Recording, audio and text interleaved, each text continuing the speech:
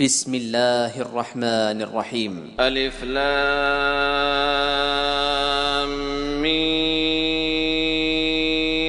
ذلك الكتاب لا ريب فيه هدى للمتقين الذين يؤمنون بالغيب ويقيمون الصلاة ومما رزقناهم ينفقون والذين يؤمنون بما أنزل إليك وما أنزل من قبلك وبالآخرة هم يوقنون أولئك على هدى من ربهم وأولئك هم المفلحون إن الذين كفروا سواء عليهم أأنذرتهم أم لم تنذرهم لا يؤمنون ختم الله على قلوبهم وعلى سمعهم وعلى أبصارهم غشاوة ولهم عذاب عظيم ومن الناس من يقول آمنا بالله وباليوم الآخر وما هم بمؤمنين يخادعون الله والذين آمنوا وما يخدعون إلا أنفسهم وما يشعرون في قلوبهم مرض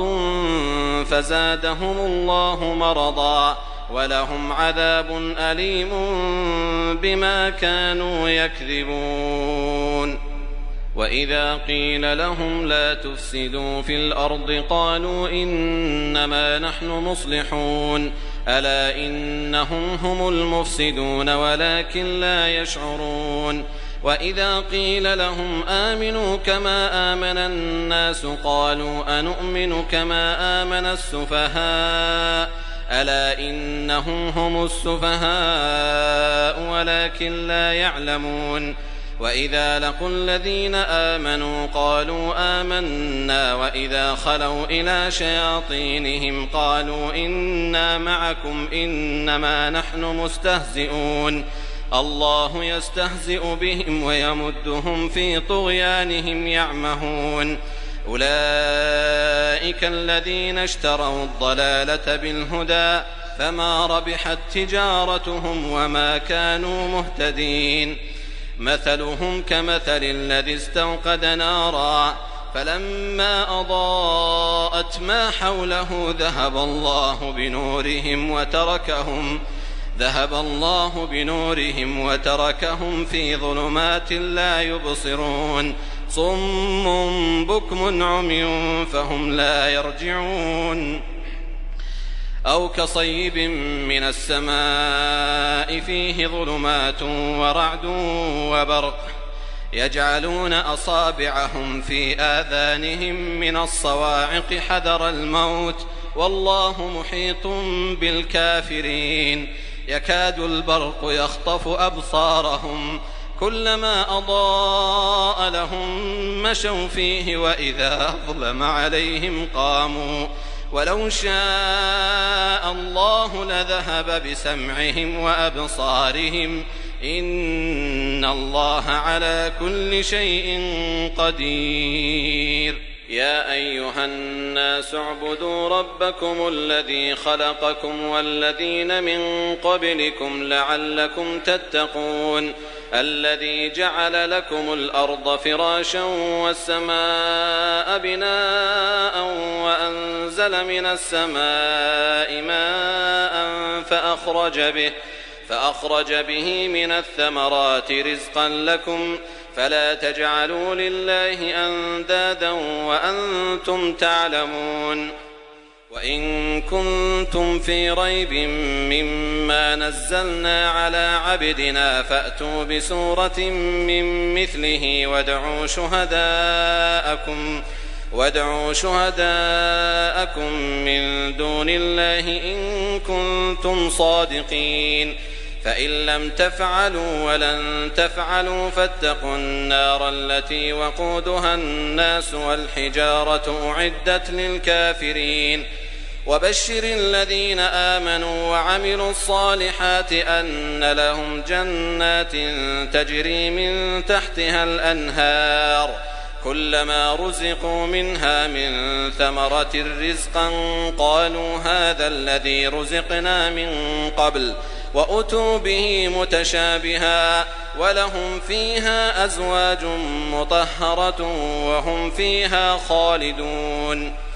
إن الله لا يستحيي أن يضرب مثلا ما بعوضة فما فوقها فأما الذين آمنوا فيعلمون أنه الحق من ربهم وأما الذين كفروا فيقولون ماذا أراد الله بهذا مثلا يضل به كثيرا ويهدي به كثيرا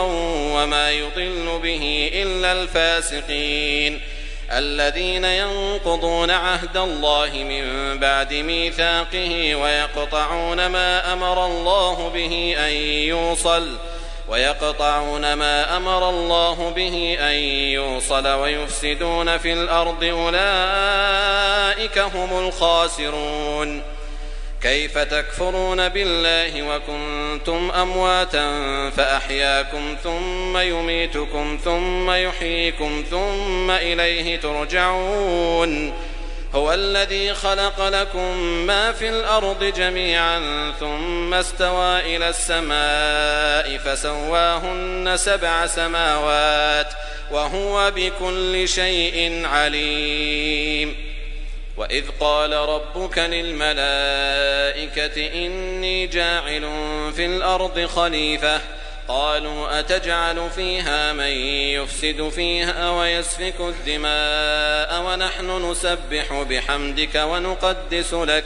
قال إني أعلم ما لا تعلمون. وعلم آدم الأسماء كلها ثم عرضهم على الملائكة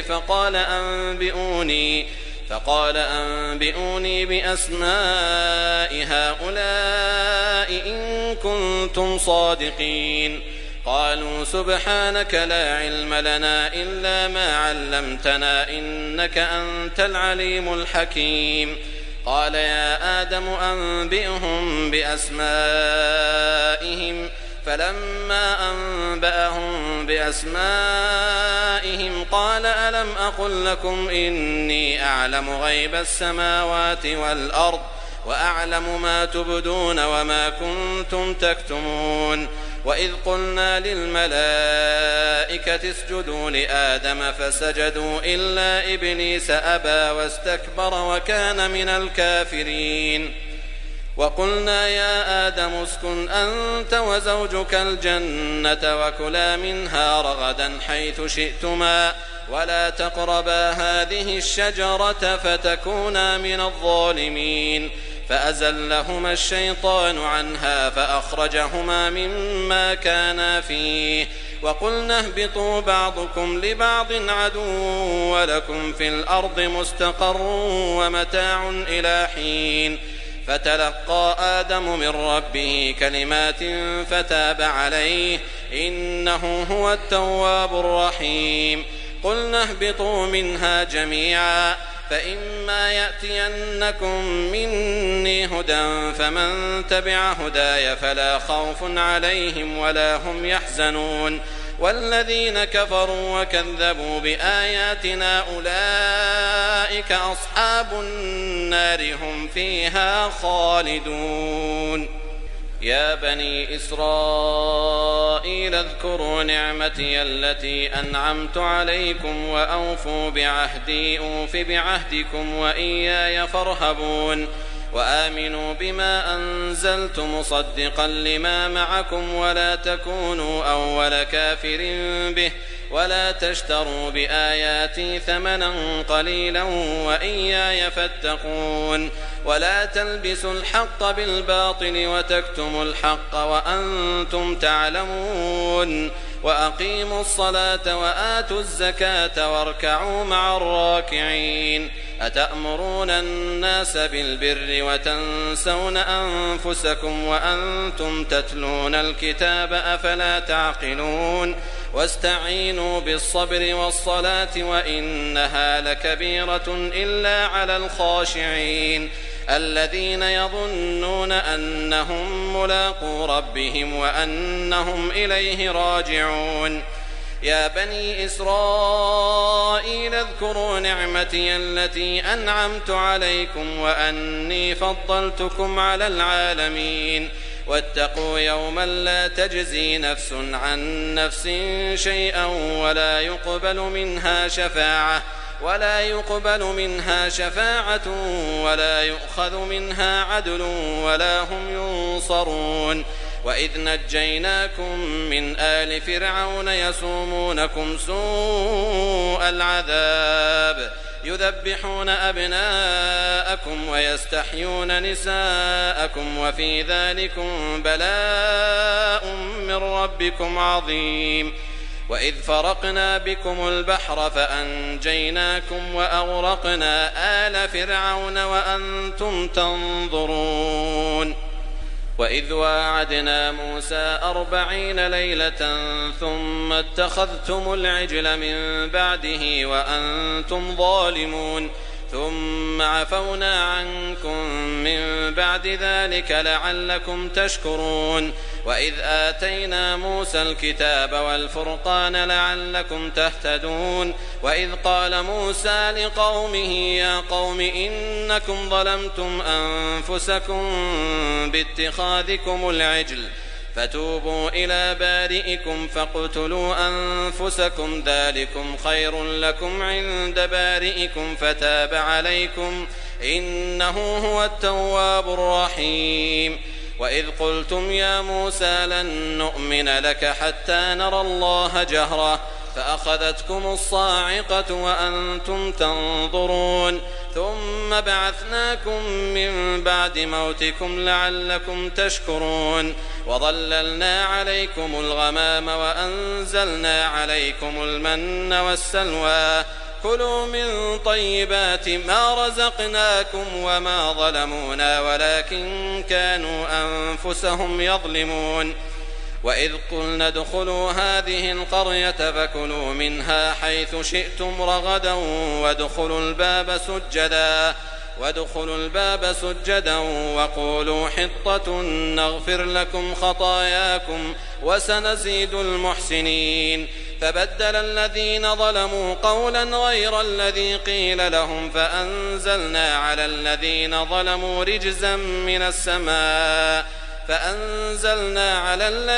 ظلموا رجزا من السماء بما كانوا يفسقون وإذ استسقى موسى لقومه فقلنا اضرب بعصاك الحجر فانفجرت منه 12 عينا قد علم كل أناس مشربهم كلوا واشربوا من رزق الله ولا تعثوا في الأرض مفسدين وإذ قلتم يا موسى لن نصبر على طعام واحد فادع لنا ربك يخرج لنا مما تنبت الأرض من بقلها وقثائها وفومها وعدسها وبصلها قال أتستبدلون الذي هو أدنى بالذي هو خير اهبطوا مصرا فإن لكم ما سألتم وضربت عليهم الذلة والمسكنة وباءوا بغضب من الله ذلك بأنهم كانوا يكفرون بآيات الله ويقتلون النبيين بغير الحق ذلك بما عصوا وكانوا يعتدون إن الذين آمنوا والذين هادوا والنصارى والصابئين من آمن بالله واليوم الآخر وعمل صالحا فلهم أجرهم عند ربهم ولا خوف عليهم ولا هم يحزنون وإذ أخذنا ميثاقكم ورفعنا فوقكم الطور خذوا ما آتيناكم بقوة واذكروا ما فيه لعلكم تتقون ثم توليتم من بعد ذلك فلولا فضل الله عليكم ورحمته لكنتم من الخاسرين ولقد علمتم الذين اعتدوا منكم في السبت فقلنا لهم كونوا قردة خاسئين فجعلناها نكالا لما بين يديها وما خلفها وموعظة للمتقين.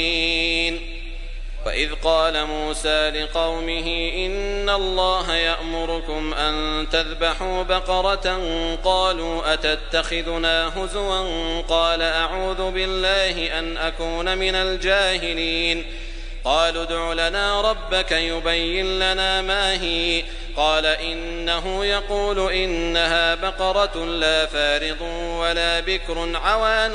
بين ذلك فافعلوا ما تؤمرون. قالوا ادع لنا ربك يبين لنا ما لونها قال إنه يقول إنها بقرة صفراء فاقع لونها تسر الناظرين. قالوا ادع لنا ربك يبين لنا ما هي إن البقرة شابه علينا وإنا إن شاء الله لمهتدون. قال إنه يقول إنها بقرة لا ذلول تثير الأرض ولا تسقي الحرث مسلمة لا شية فيها. قالوا الآن جئت بالحق فذبحوها وما كادوا يفعلون. وإذ قتلتم نفسا فادارأتم فيها والله مخرج ما كنتم تكتمون. فقلنا اضربوه ببعضها كذلك يحيي الله الموتى ويريكم آياته لعلكم تعقلون.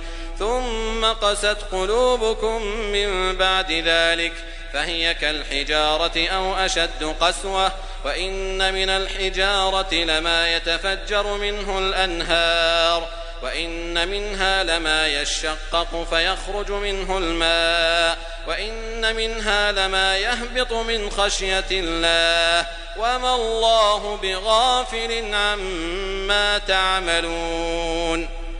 أفتطمعون أن يؤمنوا لكم وقد كان فريق منهم يسمعون كلام الله ثم يحرفونه من بعد ما عقلوه وهم يعلمون. وإذا لقوا الذين آمنوا قالوا آمنا وإذا خلا بعضهم إلى بعض قالوا أتحدثونهم بما فتح الله عليكم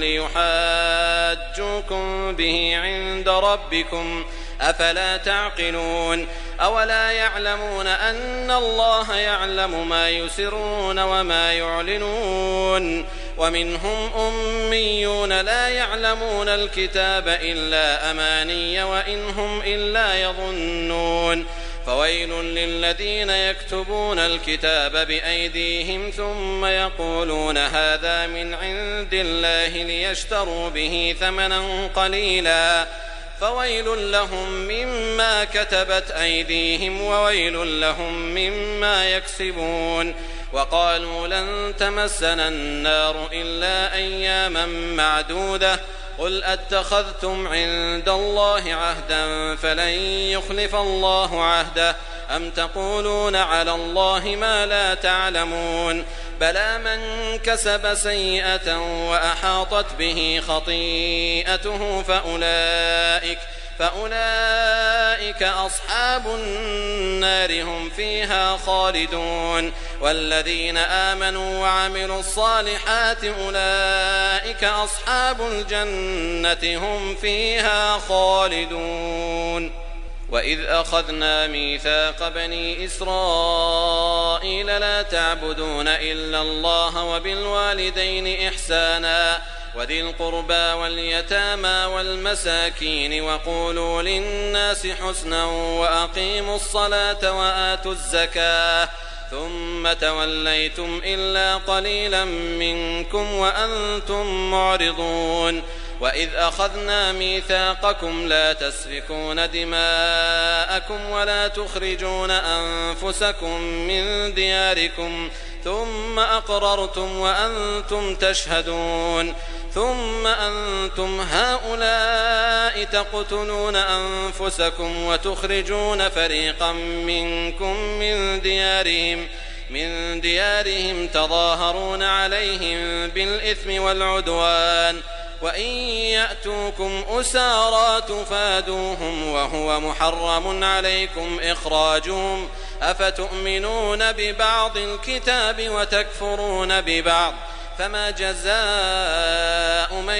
يفعل ذلك منكم إلا خزي في الحياة الدنيا ويوم القيامة يردون إلى أشد العذاب وما الله بغافل عما تعملون أولئك الذين اشتروا الحياة الدنيا بالآخرة فلا يخفف عنهم العذاب ولا هم ينصرون. ولقد آتينا موسى الكتاب وقفينا من بعده بالرسل وآتينا عيسى ابن مريم البينات وأيدناه بروح القدس أفكلما جاءكم رسول بما لا تهوى أنفسكم استكبرتم ففريقا كذبتم وفريقا تقتلون وقالوا قلوبنا غلف بل لعنهم الله بكفرهم فقليلا ما يؤمنون ولما جاءهم كتاب من عند الله مصدق لما معهم وكانوا من قبل يستفتحون على الذين كفروا فلما جاءهم ما عرفوا كفروا به فلعنة الله على الكافرين بئس ما اشتروا به أنفسهم أن يكفروا بما أنزل الله بغيا أن ينزل الله من فضله على من يشاء من عباده فباءوا بغضب على غضب وللكافرين عذاب مهين. وإذا قيل لهم آمنوا بما أنزل الله قالوا نؤمن بما أنزل علينا ويكفرون بما وراءه وهو الحق مصدقا لما معهم قل فلم تقتلون أنبياء الله من قبل إن كنتم مؤمنين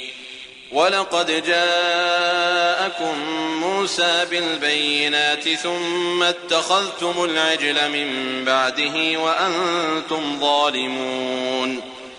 وإذ أخذنا ميثاقكم ورفعنا فوقكم الطور خذوا ما آتيناكم بقوة واسمعوا قالوا سمعنا وعصينا وأشربوا في قلوبهم العجل بكفرهم قل بئس ما يأمركم به إيمانكم إن كنتم مؤمنين قل إن كانت لكم الدار الآخرة عند الله خالصة من دون الناس فتمنوا الموت إن كنتم صادقين ولن يتمنوه أبدا بما قدمت أيديهم والله عليم بالظالمين ولتجدنهم أحرص الناس على حياة ومن الذين أشركوا يود أحدهم لو يعمر 1000 سنة وما هو بمزحزحه من العذاب أن يعمر والله بصير بما يعملون قل من كان عدوا لجبريل فإنه نزله على قلبك بإذن الله مصدقا لما بين يديه وهدى وبشرى للمؤمنين من كان عدوا لله وملائكته ورسله وجبريل وميكال فإن الله عدو للكافرين ولقد أنزلنا إليك آيات بينات وما يكفر بها إلا الفاسقون أوكلما عاهدوا عهدا نبذه فريق منهم بل أكثرهم لا يؤمنون ولما جاءهم رسول من عند الله مصدق لما معهم نبذ فريق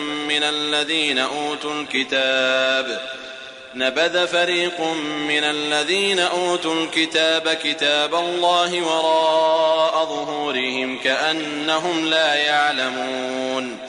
واتبعوا ما تتلو الشياطين على ملك سليمان وما كفر سليمان ولكن الشياطين كفروا يعلمون الناس السحر وما أنزل على الملكين ببابل هاروت وماروت وما يعلمان من أحد حتى يقولا إنما نحن فتنة فلا تكفر فيتعلمون منهما ما يفرقون به بين المرء وزوجه وما هم بضارين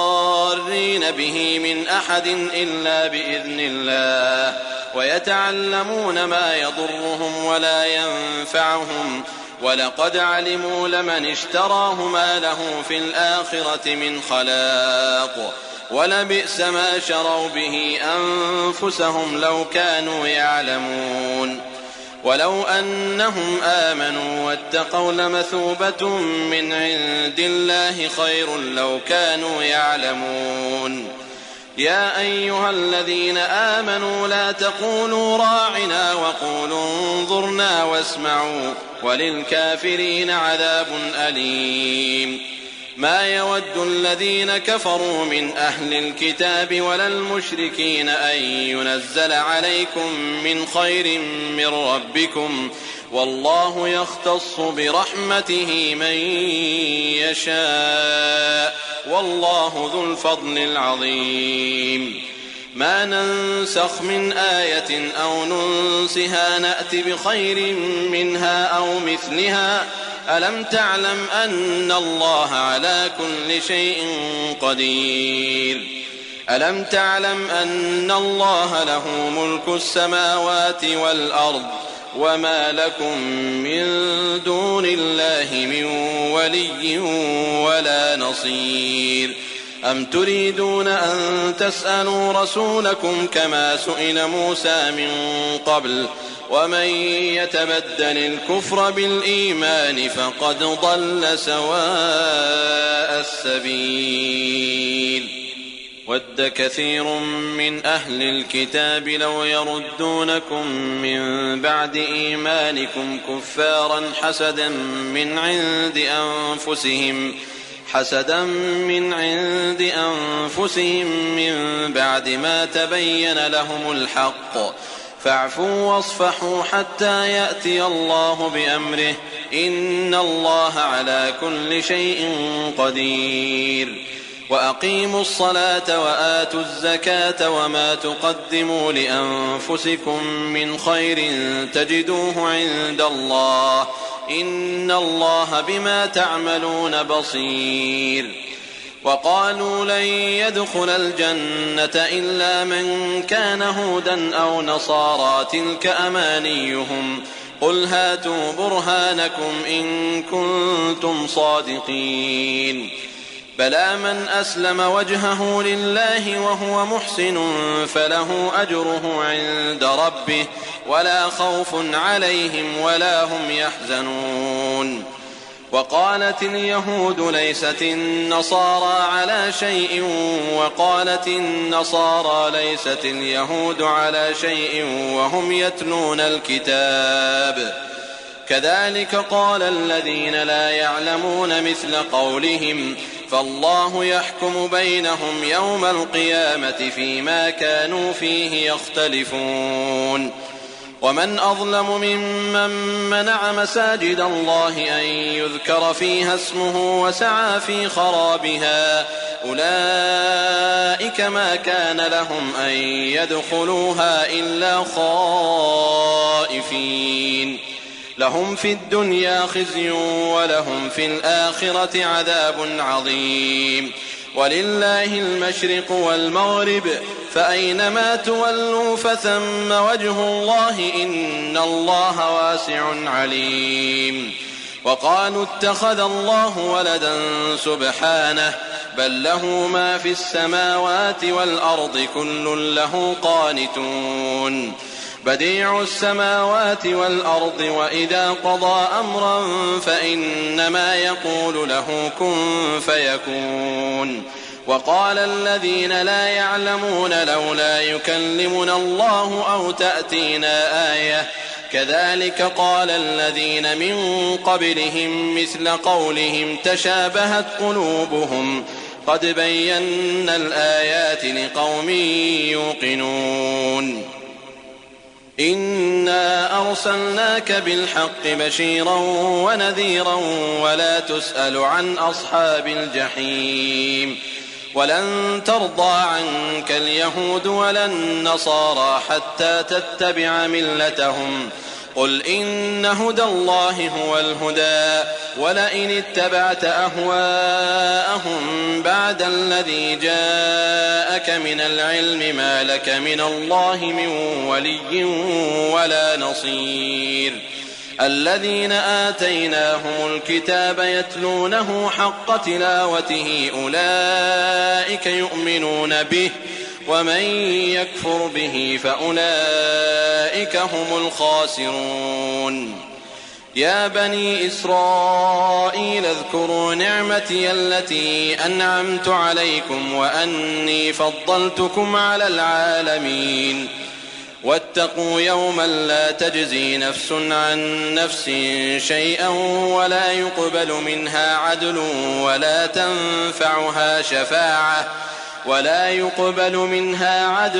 ولا تنفعها شفاعة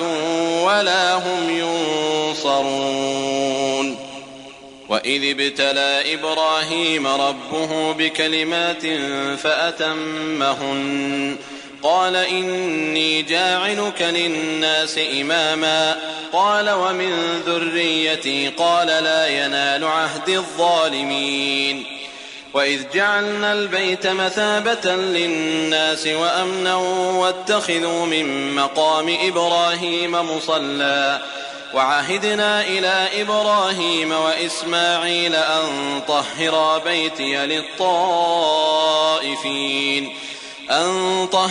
بيتي للطائفين والعاكفين والركع السجود وإذ قال إبراهيم رب اجعل هذا بلدا آمنا وارزق أهله من الثمرات من آمن منهم بالله واليوم الآخر قال ومن كفر فأمتعه قليلا ثم أضطره إلى عذاب النار وبئس المصير وإذ يرفع إبراهيم القواعد من البيت وإسماعيل ربنا تقبل منا إنك أنت السميع العليم ربنا واجعلنا مسلمين لك ومن ذريتنا أمة مسلمة لك وأرنا مناسكنا وتب علينا إنك أنت التواب الرحيم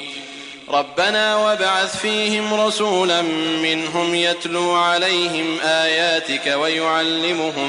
ويعلمهم الكتاب والحكمة ويزكيهم إنك أنت العزيز الحكيم ومن يرغب عن ملة إبراهيم إلا من سفه نفسه ولقد اصطفيناه في الدنيا وإنه في الآخرة لمن الصالحين إذ قال له ربه أسلم قال أسلمت لرب العالمين ووصى بها إبراهيم بنيه ويعقوب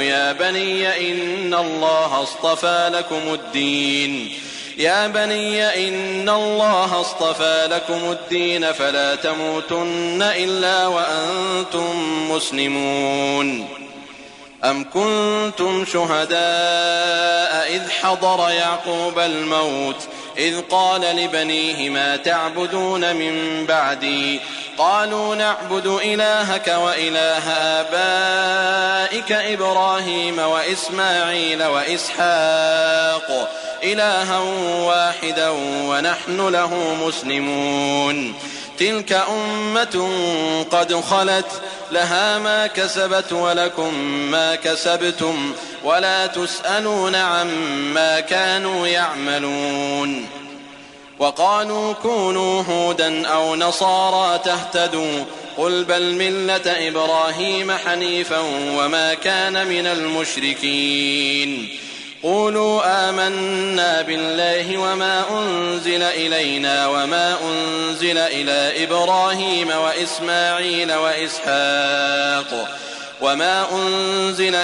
إبراهيم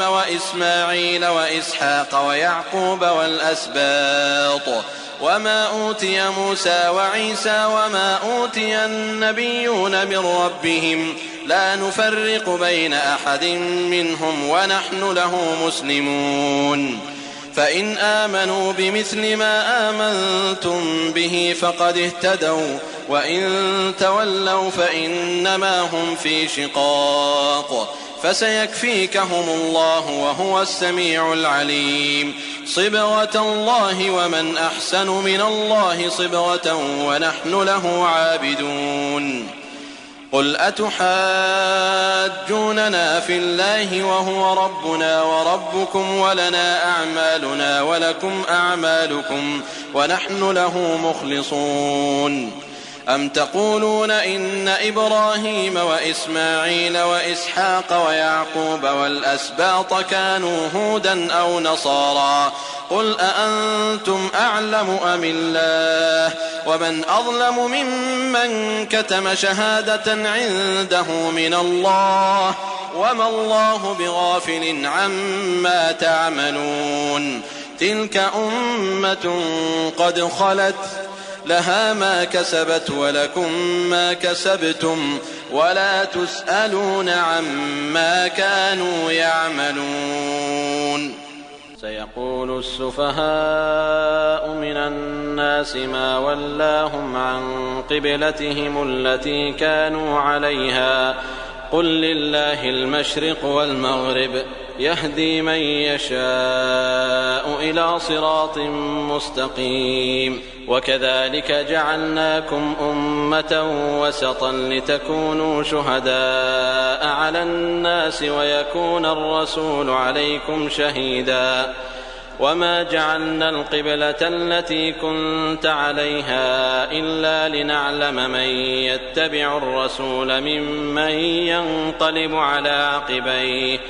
وإن كانت لكبيرة إلا على الذين هدى الله وما كان الله ليضيع إيمانكم إن الله بالناس لرءوف رحيم. قد نرى تقلب وجهك في السماء فلنولينك قبلة ترضاها فول وجهك شطر المسجد الحرام وحيث ما كنتم فولوا وجوهكم شطره وإن الذين أوتوا الكتاب ليعلمون أنه الحق من ربهم وما الله بغافل عما يعملون.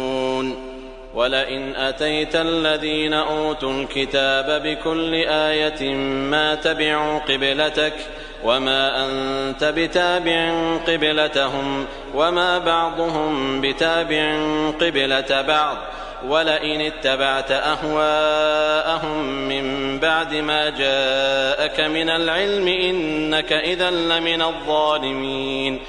الذين آتيناهم الكتاب يعرفونه كما يعرفون أبناءهم وإن فريقا منهم ليكتمون الحق وهم يعلمون. الحق من ربك فلا تكونن من الممترين. ولكل وجهة هو موليها فاستبقوا الخيرات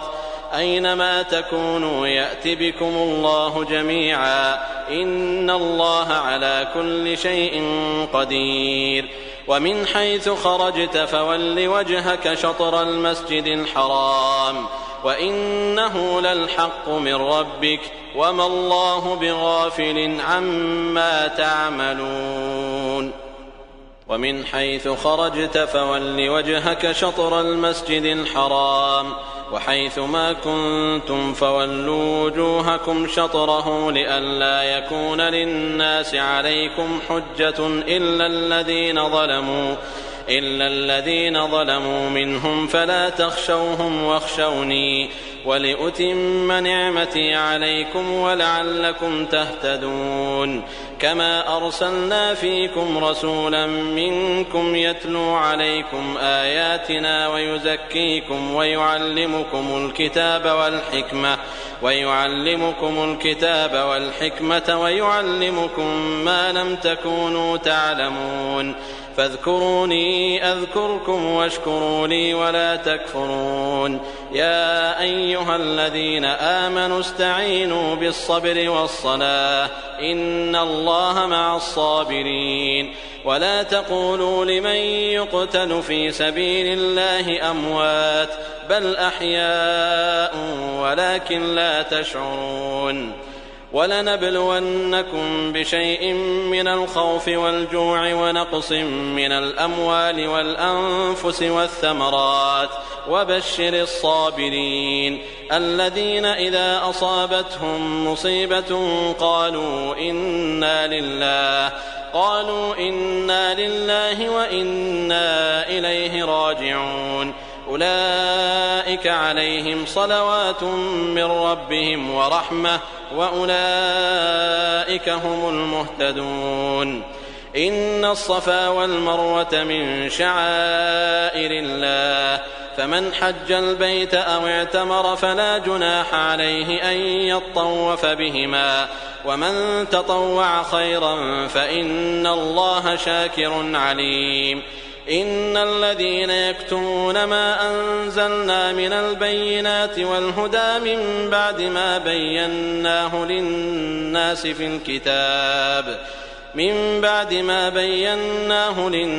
في الكتاب أولئك يلعنهم الله ويلعنهم اللاعنون إلا الذين تابوا وأصلحوا وبينوا فأولئك أتوب عليهم وأنا التواب الرحيم إن الذين كفروا وماتوا وهم كفار أولئك عليهم لعنة الله والملائكة والناس أجمعين خالدين فيها لا يخفف عنهم العذاب ولا هم ينظرون وإلهكم إله واحد لا إله إلا هو الرحمن الرحيم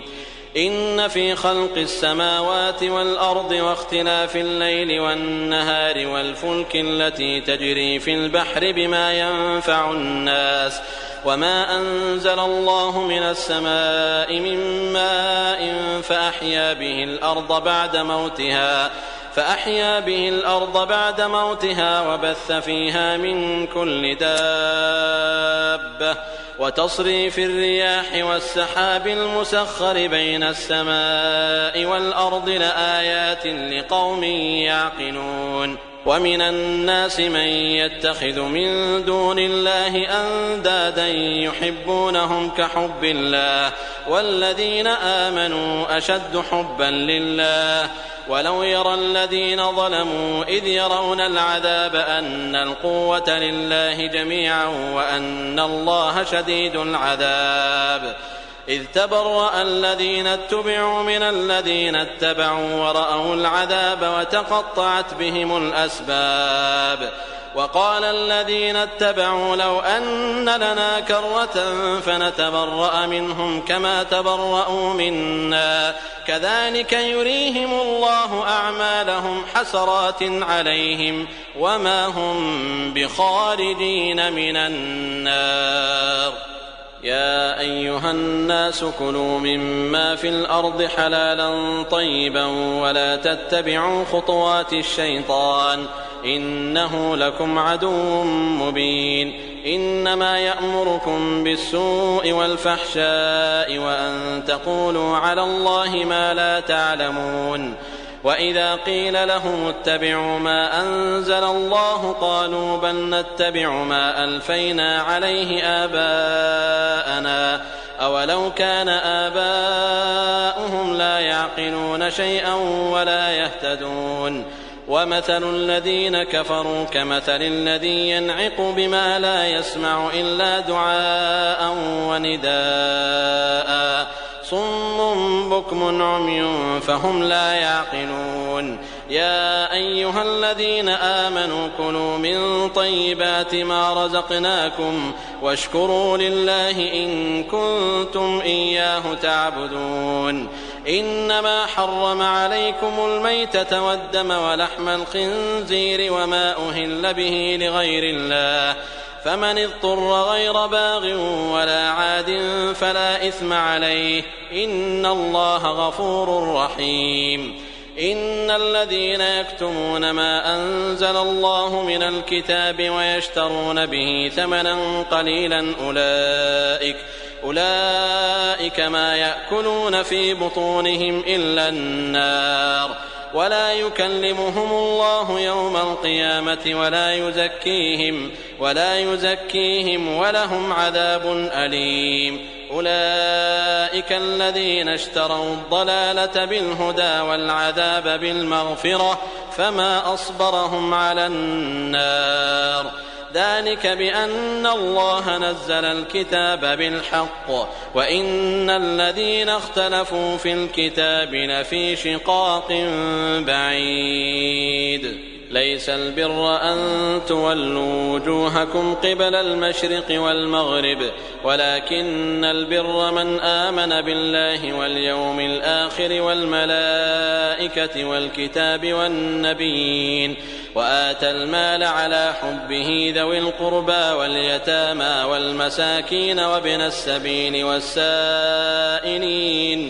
والسائلين وفي الرقاب وأقام الصلاة وآتى الزكاة والموفون بعهدهم إذا عاهدوا والصابرين في البأساء والضراء وحين البأس أولئك الذين صدقوا وأولئك هم المتقون يا أيها الذين آمنوا كتب عليكم القصاص في القتلى الحر بالحر والعبد بالعبد والأنثى بالأنثى فمن عفي له من أخيه شيء فاتباع بالمعروف وأداء إليه بإحسان ذلك تخفيف من ربكم ورحمة فمن اعتدى بعد ذلك فله عذاب أليم ولكم في القصاص حياة يا أولي الألباب لعلكم تتقون كتب عليكم إذا حضر أحدكم الموت إن ترك خيرا الوصية للوالدين والأقربين بالمعروف حقا على المتقين فمن بدله بعدما سمعه فإنما إثمه على الذين يبدلونه إن الله سميع عليم فمن خاف من موص جنفا أو إثما فأصلح بينهم فلا إثم عليه إن الله غفور رحيم يا أيها الذين آمنوا كتب عليكم الصيام كما كتب على الذين من قبلكم لعلكم تتقون أياما معدودات فمن كان منكم مريضا أو على سفر فعدة من أيام أخر وعلى الذين يطيقونه فدية طعام مسكين فمن تطوع خيرا فهو خير له وأن تصوموا خير لكم إن كنتم تعلمون شهر رمضان الذي أنزل فيه القرآن هدى للناس وبينات من الهدى والفرقان فمن شهد منكم الشهر فليصم ومن كان مريضا أو على سفر فعدة من أيام أخر يريد الله بكم اليسر ولا يريد بكم العسر ولتكملوا العدة ولتكبروا الله على ما هداكم ولعلكم تشكرون وإذا سألك عبادي عني فإني قريب أجيب دعوة الداع إذا دعان فليستجيبوا لي وليؤمنوا بي لعلهم يرشدون أحل لكم ليلة الصيام الرفث إلى نسائكم هن لباس لكم وأنتم لباس لهن علم الله أنكم كنتم تختانون أنفسكم فتاب عليكم وعفى عنكم، فالآن باشروهن وابتغوا ما كتب الله لكم، وكلوا واشربوا حتى يتبين لكم الخيط الأبيض من الخيط الأسود من الفجر، ثم أتموا الصيام إلى الليل، ولا تباشروهن وأنتم عاكفون في المساجد، تلك حدود الله فلا تقربوها، كذلك يبين الله آياته للناس لعلهم يتقون. ولا تأكلوا أموالكم بينكم بالباطل وتدلوا بها إلى الحكام لتأكلوا فريقا من أموال الناس بالإثم وأنتم تعلمون. يسألونك عن الأهلة، قل هي مواقيت للناس والحج، وليس البر بأن تأتوا البيوت من ظهورها، ولكن البر من اتقى، وأتوا البيوت من أبوابها، واتقوا الله لعلكم تفلحون. وقاتلوا في سبيل الله الذين يقاتلونكم ولا تعتدوا، إن الله لا يحب المعتدين. واقتلوهم حيث ثقفتموهم وأخرجوهم من حيث أخرجوكم، والفتنة أشد من القتل، ولا تقاتلوهم عند المسجد الحرام حتى يقاتلوكم فيه، فإن قاتلوكم فاقتلوهم، كذلك جزاء الكافرين، فإن انتهوا فإن الله غفور رحيم. وقاتلوهم حتى لا تكون فتنة ويكون الدين لله، فإن انتهوا فلا عدوان إلا على الظالمين. الشهر الحرام بالشهر الحرام والحرمات قصاص، فمن اعتدى عليكم فاعتدوا عليه بمثل ما اعتدى عليكم، واتقوا الله واعلموا أن الله مع المتقين. وأنفقوا في سبيل الله ولا تلقوا بأيديكم إلى التهلكة وأحسنوا، إن الله يحب المحسنين. وأتموا الحج والعمرة لله، فإن أحصرتم فما استيسر من الهدي، ولا تحلقوا رؤوسكم حتى يبلغ الهدي محله، فمن كان منكم مريضا أو به أذى من رأسه ففدية من صيام أو صدقة أو نسك،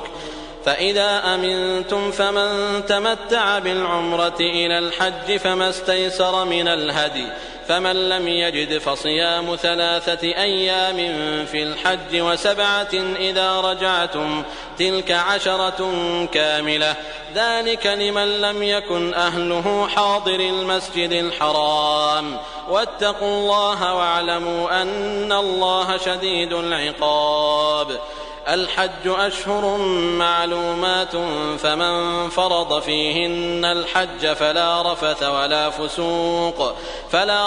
ولا فسوق ولا جدال في الحج، وما تفعلوا من خير يعلمه الله، وتزودوا فإن خير الزاد التقوى، واتقون يا أولي الألباب. ليس عليكم جناح أن تبتغوا فضلا من ربكم، فإذا أفضتم من عرفات فاذكروا الله عند المشعر الحرام، واذكروه كما هداكم، وإن كنتم من قبله لمن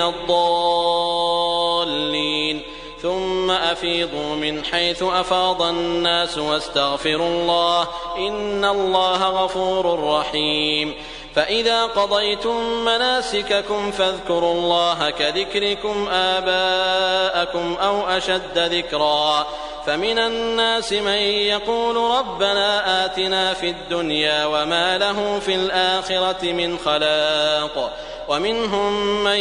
يقول ربنا آتنا في الدنيا حسنة وفي الآخرة حسنة وقنا عذاب النار. أولئك لهم نصيب مما كسبوا والله سريع الحساب. واذكروا الله في أيام معدودات فمن تعجل في يومين فلا إثم عليه ومن تأخر فلا إثم عليه لمن اتقى واتقوا الله واعلموا أنكم إليه تحشرون.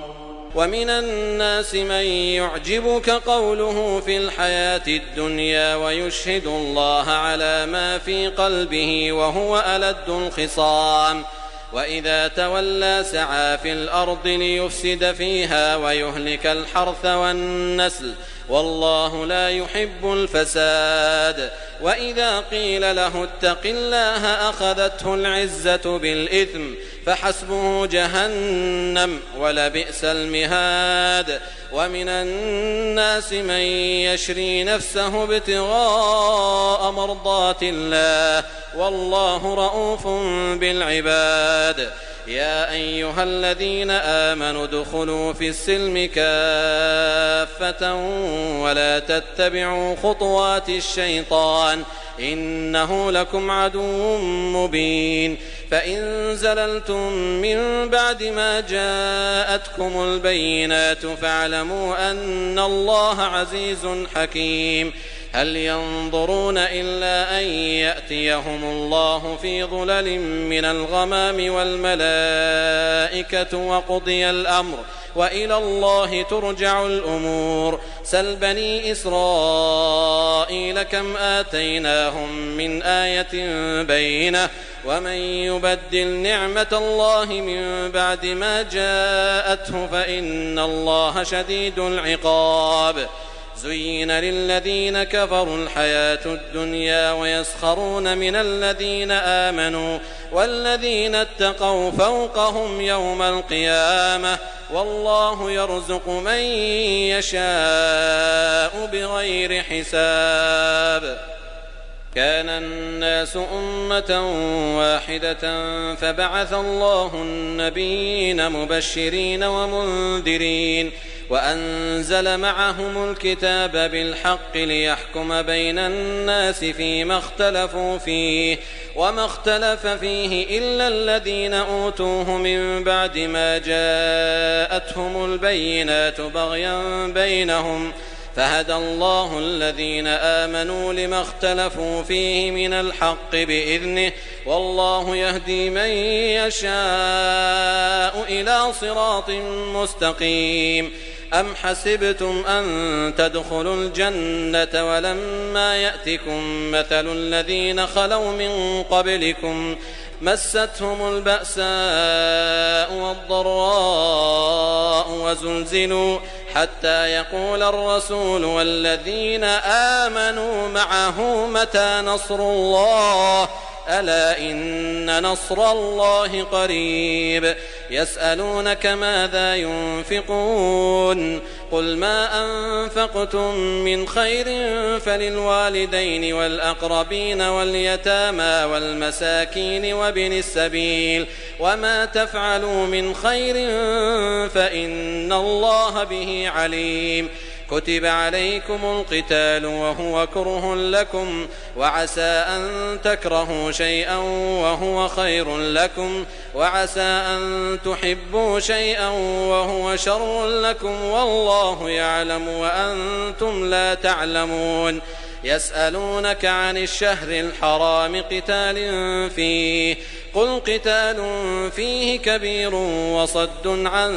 سبيل الله وكفر به والمسجد الحرام وإخراج أهله منه أكبر عند الله والفتنة أكبر من القتل ولا يزالون يقاتلونكم حتى يردوكم عن دينكم إن استطاعوا ومن يرتدد منكم عن دينه فيمت وهو كافر فأولئك حبطت أعمالهم في الدنيا والآخرة وأولئك أصحاب النار هم فيها خالدون. إن الذين آمنوا والذين هاجروا وجاهدوا في سبيل الله أولئك يرجون رحمة الله والله غفور رحيم. يسألونك عن الخمر والميسر قل فيهما إثم كبير ومنافع للناس وإثمهما أكبر من نفعهما ويسألونك ماذا ينفقون قل العفو كذلك يبين الله لكم الآيات لعلكم تتفكرون في الدنيا والآخرة. ويسألونك عن اليتامى قل إصلاح لهم خير وإن تخالطوهم فإخوانكم والله يعلم المفسد من المصلح ولو شاء الله لأعنتكم إن الله عزيز حكيم. ولا تنكحوا المشركات حتى يؤمن ولأمة مؤمنة خير من مشركة ولو أعجبتكم ولا تنكحوا المشركين حتى يؤمنوا ولعبد مؤمن خير من مشرك ولو أعجبكم أولئك يدعون إلى النار والله يدعو إلى الجنة والمغفرة بإذنه ويبين آياته للناس لعلهم يتذكرون. ويسألونك عن المحيض قل هو أذى فاعتزلوا النساء في المحيض ولا تقربوهن حتى يطهرن فإذا تطهرن فأتوهن من حيث أمركم الله إن الله يحب التوابين ويحب المتطهرين. نساؤكم حرث لكم فأتوا حرثكم أنى شئتم وقدموا لأنفسكم واتقوا الله واعلموا أنكم ملاقوه وبشر المؤمنين. ولا تجعلوا الله عرضة لأيمانكم أن تبروا وتتقوا وتصلحوا بين الناس والله سميع عليم. لا يؤاخذكم الله باللغو في أيمانكم ولكن يؤاخذكم بما كسبت قلوبكم والله غفور حليم. للذين يؤلون من نسائهم تربص 4 أشهر فإن فاءوا فإن الله غفور رحيم. وإن عزموا الطلاق فإن الله سميع عليم. والمطلقات يتربصن بأنفسهن 3 قروء ولا يحل لهن أن يكتمن ما خلق الله في أرحامهن إن كن يؤمن بالله واليوم الآخر وبعولتهن أحق بردهن في ذلك إن أرادوا إصلاحا ولهن مثل الذي عليهن بالمعروف وللرجال عليهن درجة والله عزيز حكيم. الطلاق 2 فإمساك بمعروف أو تسريح بإحسان. ولا يحل لكم أن تأخذوا مما آتيتموهن شيئا إلا أن يخافا ألا يقيما حدود الله فإن خفتم ألا يقيما حدود الله فلا جناح عليهما فيما افتدت به تلك حدود الله فلا تعتدوها ومن يتعد حدود الله فأولئك هم الظالمون. فإن طلقها فلا تحل له من بعد حتى تنكح زوجا غيره فإن طلقها فلا جناح عليهما أن يتراجعا إن ظنا أن يقيما حدود الله وتلك حدود الله يبينها لقوم يعلمون. وإذا طلقتم النساء فبلغن أجلهن فأمسكوهن بمعروف أو سرحوهن بمعروف ولا تمسكوهن ضرارا لتعتدوا ومن يفعل ذلك فقد ظلم نفسه. ولا تتخذوا آيات الله هزوا واذكروا نعمة الله عليكم وما أنزل عليكم من الكتاب والحكمة يعظكم به واتقوا الله واعلموا أن الله بكل شيء عليم. وإذا طلقتم النساء فبلغن أجلهن فلا تعضلوهن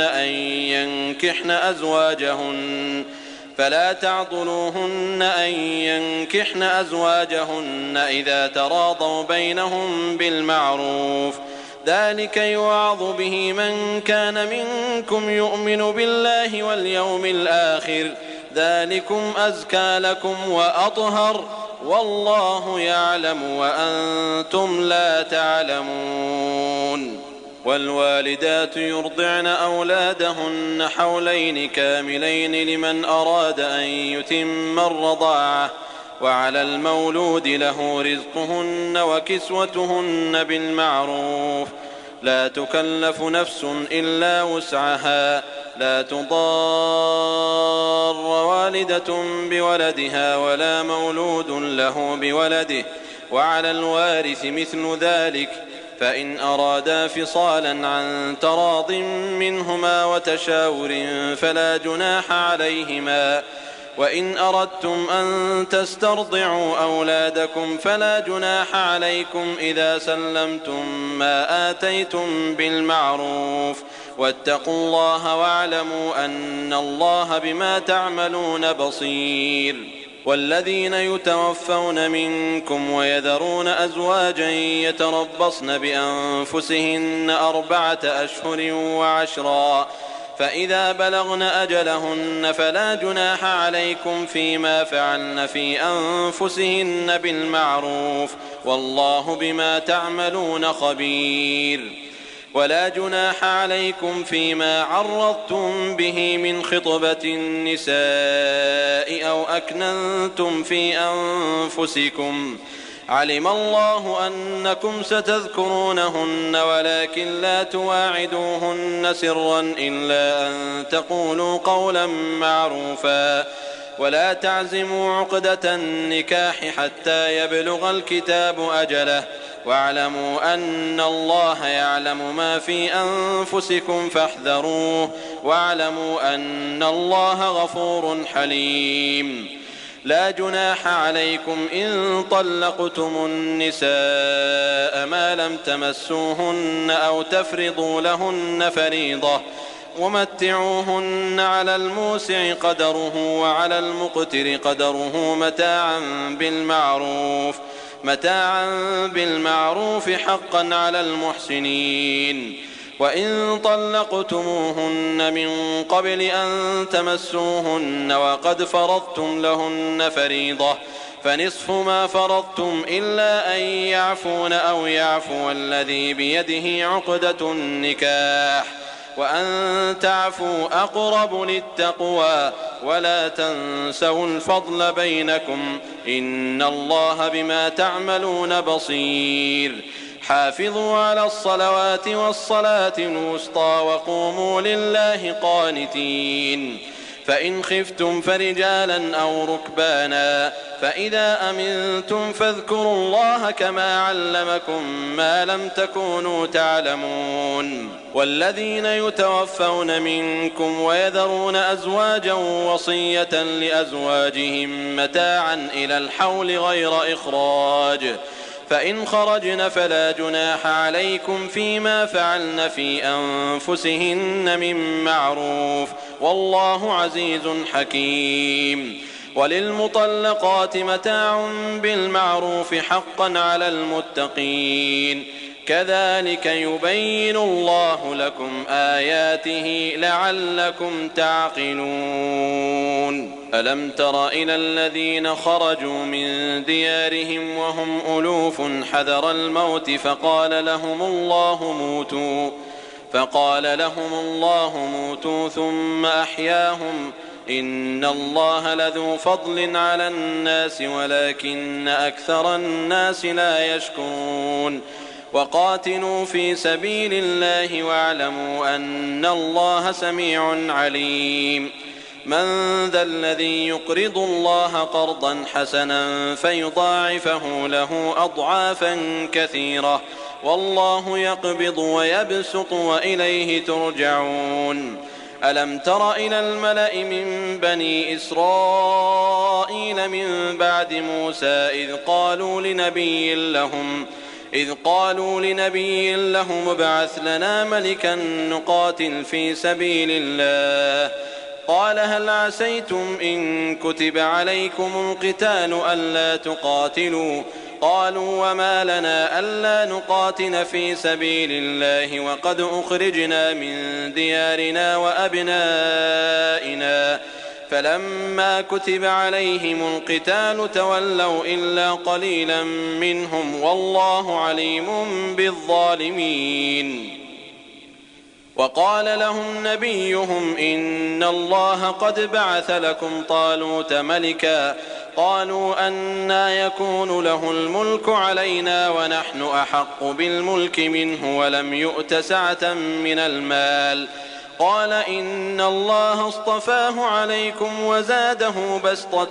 في العلم والجسم والله يؤتي ملكه من يشاء والله واسع عليم. وقال لهم نبيهم إن آية ملكه أن يأتيكم التابوت فيه سكينة من ربكم وبقية مما ترك آل موسى وآل هارون تحمله الملائكة إن في ذلك لآية لكم إن كنتم مؤمنين. فلما فصل طالوت بالجنود قال إن الله مبتليكم بنهر فمن شرب منه فليس مني ومن لم يطعمه فإنه مني إلا من اغترف غرفة بيده فشربوا منه إلا قليلا منهم فلما جاوزه هو والذين آمنوا معه قالوا لا طاقة لنا اليوم بجالوت وجنوده قال الذين يظنون أنهم ملاقوا الله كم من فئة قليلة غلبت فئة كثيرة بإذن الله والله مع الصابرين. ولما برزوا لجالوت وجنوده قالوا ربنا أفرغ علينا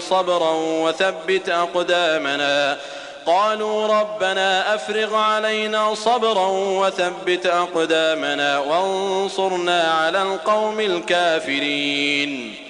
فهزموهم بإذن الله وقتل داود جالوت وآتاه الله الملك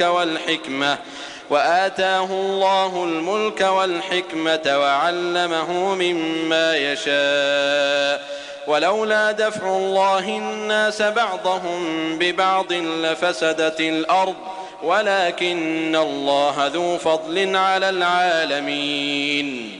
تلك آيات الله نتلوها عليك بالحق وإنك لمن المرسلين.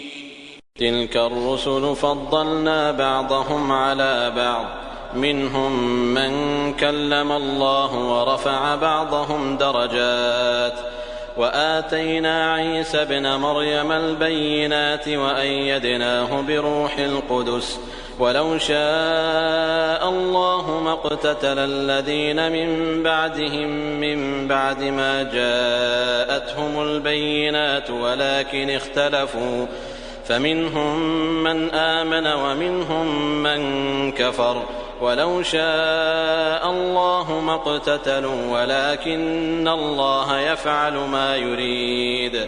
يا أيها الذين آمنوا أنفقوا مما رزقناكم من قبل أن يأتي يوم لا بيع فيه ولا خلة ولا شفاعة والكافرون هم الظالمون. الله لا إله إلا هو الحي القيوم لا تأخذه سنة ولا نوم له ما في السماوات وما في الأرض من ذا الذي يشفع عنده إلا بإذنه يعلم ما بين أيديهم وما خلفهم ولا يحيطون بشيء من علمه إلا بما شاء وسع كرسيه السماوات والأرض ولا يؤوده حفظهما وهو العلي العظيم. لا إكراه في الدين قد تبين الرشد من الغي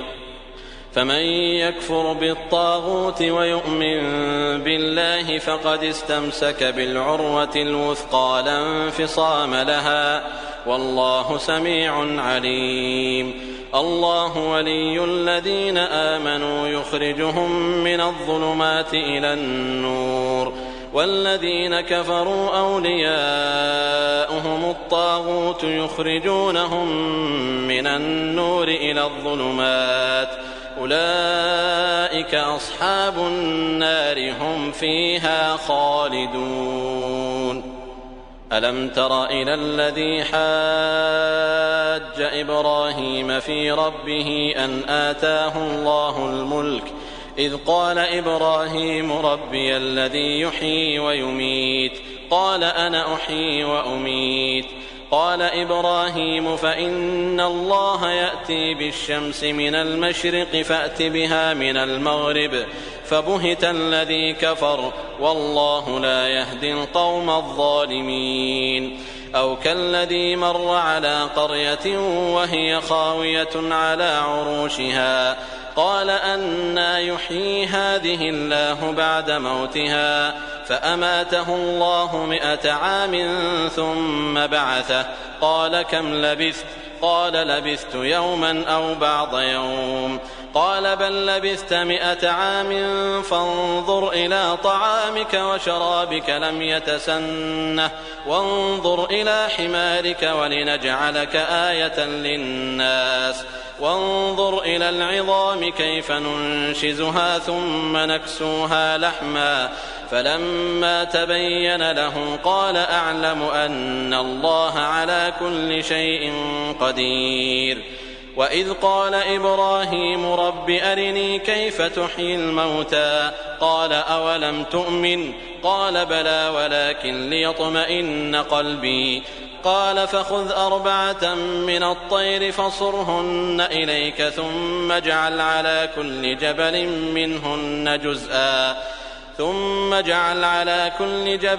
منهن جزءا ثم ادعهن يأتينك سعيا واعلم أن الله عزيز حكيم. مثل الذين ينفقون أموالهم في سبيل الله كمثل حبة أنبتت 7 سنابل في كل سنبلة 100 حبة والله يضاعف لمن يشاء والله واسع عليم. الذين ينفقون أموالهم في سبيل الله ثم لا يتبعون ما أنفقوا منا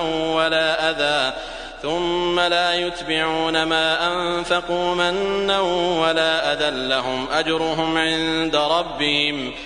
أجرهم عند ربهم ولا خوف عليهم ولا هم يحزنون.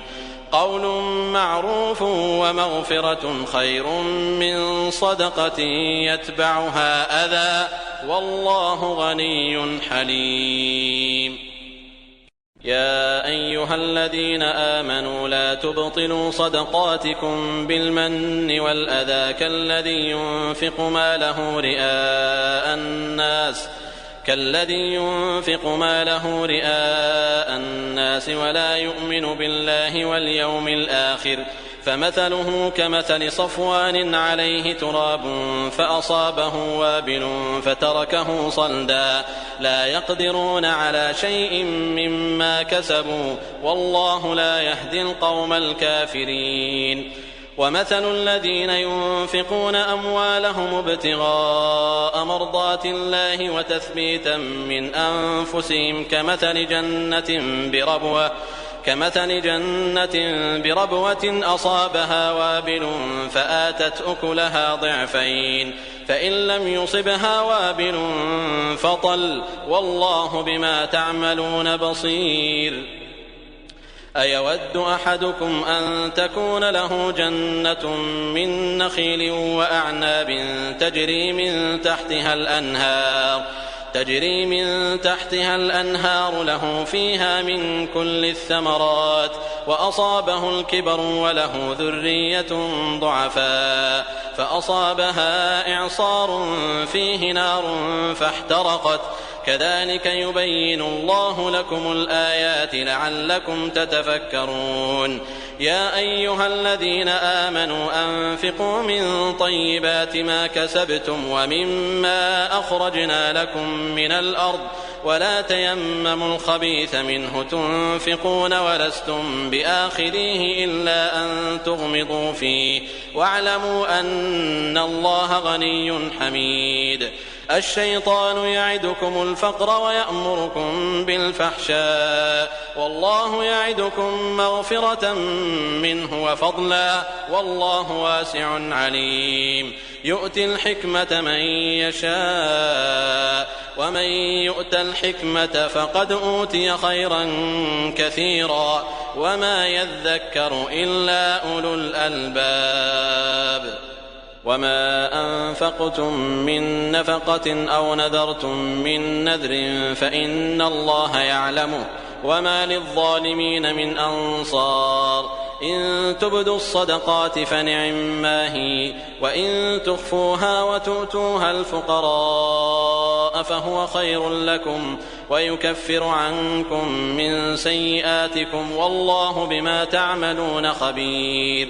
ليس عليك هداهم ولكن الله يهدي من يشاء وما تنفقوا من خير فلأنفسكم وما تنفقون إلا ابتغاء وجه الله وما تنفقوا من خير يوفى إليكم وأنتم لا تظلمون للفقراء الذين أحصروا في سبيل الله لا يستطيعون ضربا في الأرض يحسبهم الجاهل أغنياء من التعفف تعرفهم بسيماهم لا يسألون الناس إلحافا وما تنفقوا من خير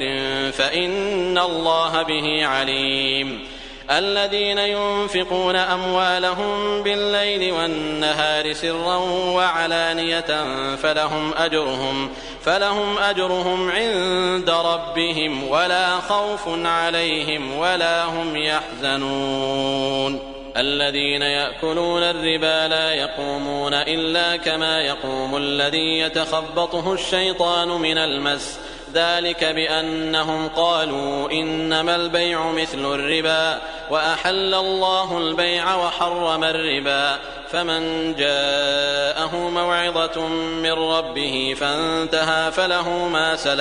فله ما سلف وأمره إلى الله ومن عاد فأولئك أصحاب النار هم فيها خالدون يمحق الله الربا ويربي الصدقات والله لا يحب كل كفار أثيم إن الذين آمنوا وعملوا الصالحات وأقاموا الصلاة وآتوا الزكاة لهم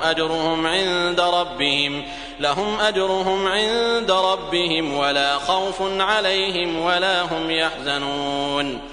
يا أيها الذين آمنوا اتقوا الله وذروا ما بقي من الربا إن كنتم مؤمنين فإن لم تفعلوا فأذنوا بحرب من الله ورسوله وإن تبتم فلكم رؤوس أموالكم لا تظلمون ولا تظلمون وإن كان ذو عسرة فنظرة إلى ميسرة وأن تصدقوا خير لكم إن كنتم تعلمون واتقوا يوما ترجعون فيه إلى الله ثم توفى كل نفس ما كسبت وهم لا يظلمون يا أيها الذين آمنوا إذا تداينتم بدين إلى أجل مسمى فاكتبوه وليكتب بينكم كاتب بالعدل ولا يأب كاتب أن يكتب كما علمه الله فليكتب وليملل الذي عليه الحق وليتق الله ربه ولا يبخس منه شيئا فإن كان الذي عليه الحق سفيها أو ضعيفا أو لا يستطيع أن يمل هو فليملل وليه بالعدل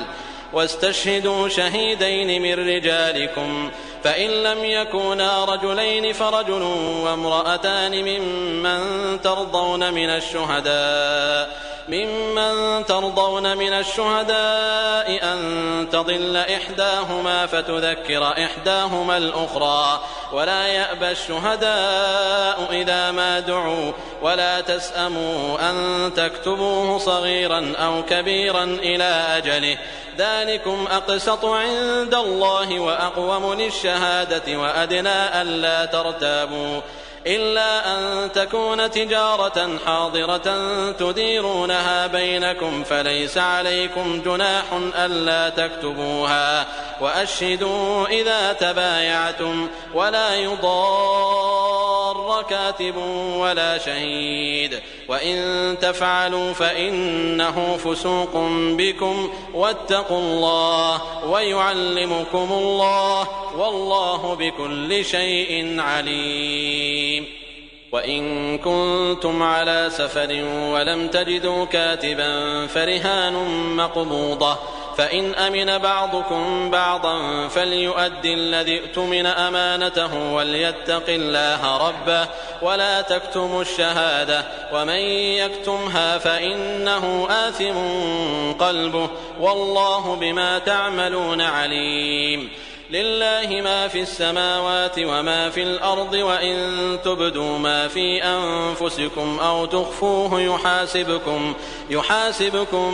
به الله فيغفر لمن يشاء ويعذب من يشاء والله على كل شيء قدير. آمن الرسول بما أنزل إليه من ربه والمؤمنون كل آمن بالله وملائكته وكتبه ورسله لا نفرق بين أحد